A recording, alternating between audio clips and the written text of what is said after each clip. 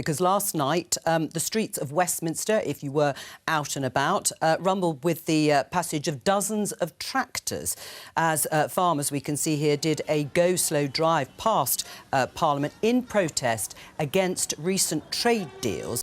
Here's an interesting clip from Politics Live where Liz Webster, a protester protesting on behalf of farmers, came head-to-head with Tory MP for Bournemouth West, Conor Burns. That they say are undercutting farmers here. We're joined by one of the organisers of that protest, Liz Webster, a farmer and founder of campaign group Save British Farming. Why are you protesting? Well, we've got three core issues that we're talking about, which is, as you say, the substandard imports, and also that these substandard imports can be labelled with a British flag if those products are processed or packaged here. So generally, British farmers are being undermined and undercut, whilst the British public are getting fooled into believing they're buying British.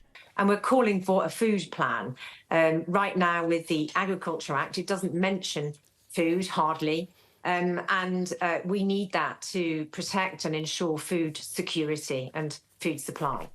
So here's Tory MP Conor Burns. Watch his slimy attempt to pull the discussion over to other subjects. First, Liz's attempt to be a Lib Dem politician.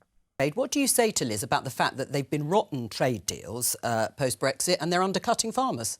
Well, the interesting thing about Liz, who's a very effective campaigner, although not elected for the Liberal Democrats over a variety of roles over many years, is that she's incapable of seeing, and her campaign and all her tweets are all about the threat to UK farming from any trade agreements and not the opportunities to UK farming for very high-end premium produce that we're recognised for overseas in those international markets. What a ridiculous idea! This seems to be the overall mentality with a lot of Tories. Adapt to the higher end of the market. But in response to what you just heard there from Conor Burns. Well, first things first, I'm no longer a member of the Liberal Democrats, so let's put that one to bed. You still think Tories are capable of criminal greed and are evil? Yes, they are. Of course, Liz won't say that on air. Let's focus on what I'm here to talk about, which is food and farming. It's not a party political point. I'm here and I've always been involved in politics because of agriculture. We are farmers. And I'm also a British person and I care about Britain. The reality is of where we are. There's trade barriers between us and our biggest trade partner. The thought that we would export all of our food that we currently export to Europe is for the birds. It just won't happen. But ultimately, where is your focus on Britain and the British people? We've got millions of people who can't afford to live at the moment.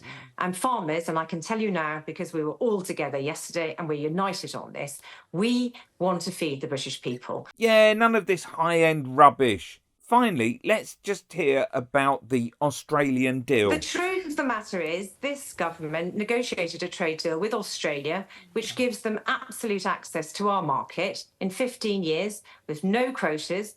And the former DEFRA Secretary, George Eustace, has been highly critical of this trade deal. And there's no access for British beef to Australia. I mean, this is beyond a betrayal. As a British patriot, the Conservative Party have totally and utterly betrayed the British. Right, So how do we get rid of Conor Evil Burns? Well, using Stop the Tories website, it calculates voting Labour is your best bet.